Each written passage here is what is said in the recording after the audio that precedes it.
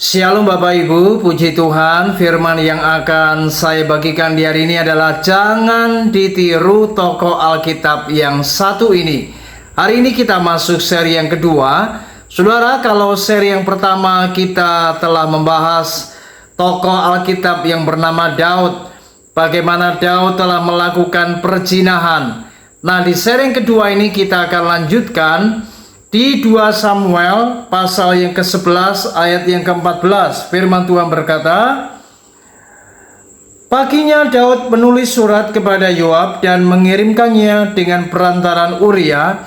Ditulisnya dalam surat itu demikian, tempatkanlah Uria di barisan depan dalam pertempuran yang paling hebat, kemudian kamu mengundurkan diri daripadanya supaya ia terbunuh mati. Saudara, di seri yang kedua ini kita belajar dari Daud. Bagaimana Daud melakukan apa yang namanya skenario yang jahat. Itu artinya Daud melakukan perencanaan untuk membunuh Uria. Karena Uria tidak mau pulang ke rumah. Sedangkan Daud ingin supaya Uria ini pulang ke rumah sehingga ia punya alibi. Kalau Batsyeba kedapatan hamil, maka Daud bisa beralasan itu adalah benih daripada suaminya, yaitu Uria. Tapi ternyata Uria tidak mau kembali ke rumah, dan itu sebabnya Daud kemudian mengatur strategi dan dia membuat skenario yang sangat jahat di mana Uria harus dibunuh. Dan itu sebabnya Daud kemudian mengatur strategi di dalam peperangan agar Uria nanti mati terbunuh di pertempuran. Saudara, ini merupakan tindakan yang keji, ini merupakan perbuatan yang jahat, di mana Daud melakukan apa yang namanya pembunuhan berencana. Saudara yang saya kasihi, mari belajar dari kisah ini. Sebagai anak-anak Tuhan, mari jangan kita melakukan perkara yang seperti ini. Karena di mata Tuhan ini merupakan perbuatan yang jahat. Dan Daud kemudian ditegur oleh Nathan karena ia telah melakukan sebuah dosa yang amat jahat sekali di mata Tuhan.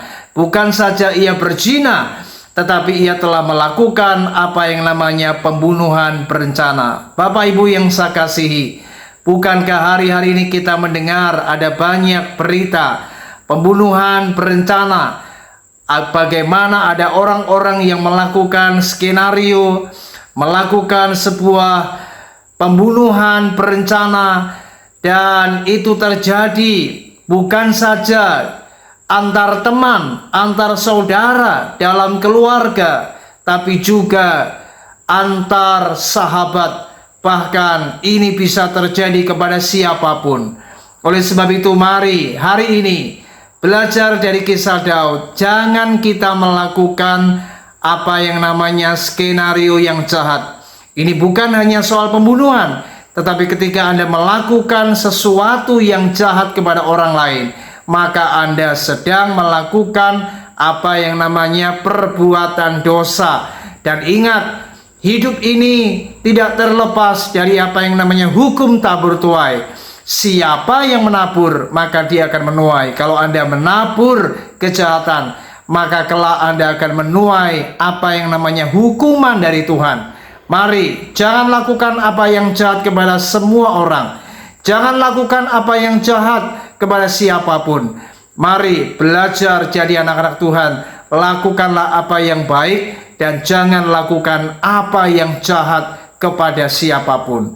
Tuhan Yesus memberkati kita. Shalom.